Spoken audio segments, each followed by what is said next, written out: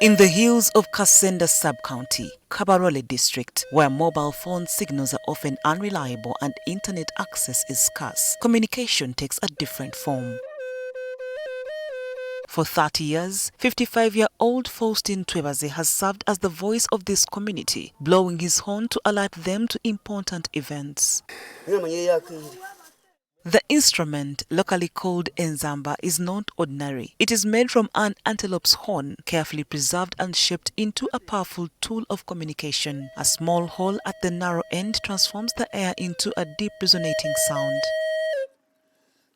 The sound is unmistakable. It signals a meeting, a warning, or an urgent message. In Nyabinyonyi Zone Village, when the horn sounds, people listen.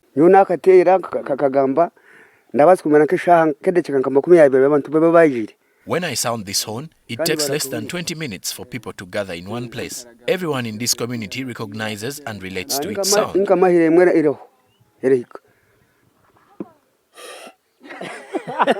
Despite its importance, few among the younger generation have shown interest in learning how to blow the horn. Those who try quickly realize it demands more than just breath. It calls for technique, skill, and patience.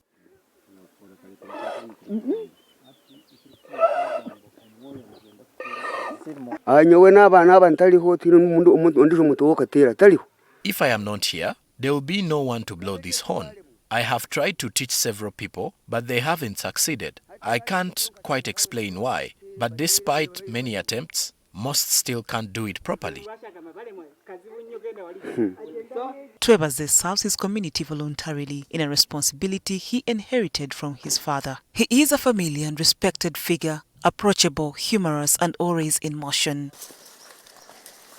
The horn has also been used as an early warning signal when elephants from the nearby Chibale National Park encroach on farms and gardens. The sound of this horn is easily recognized and responded to by the community. Whenever it is blown, people quickly gather to find out why. While other areas may use drums for similar purposes, we use this instrument because its sound has become familiar and deeply rooted in our traditions over the years.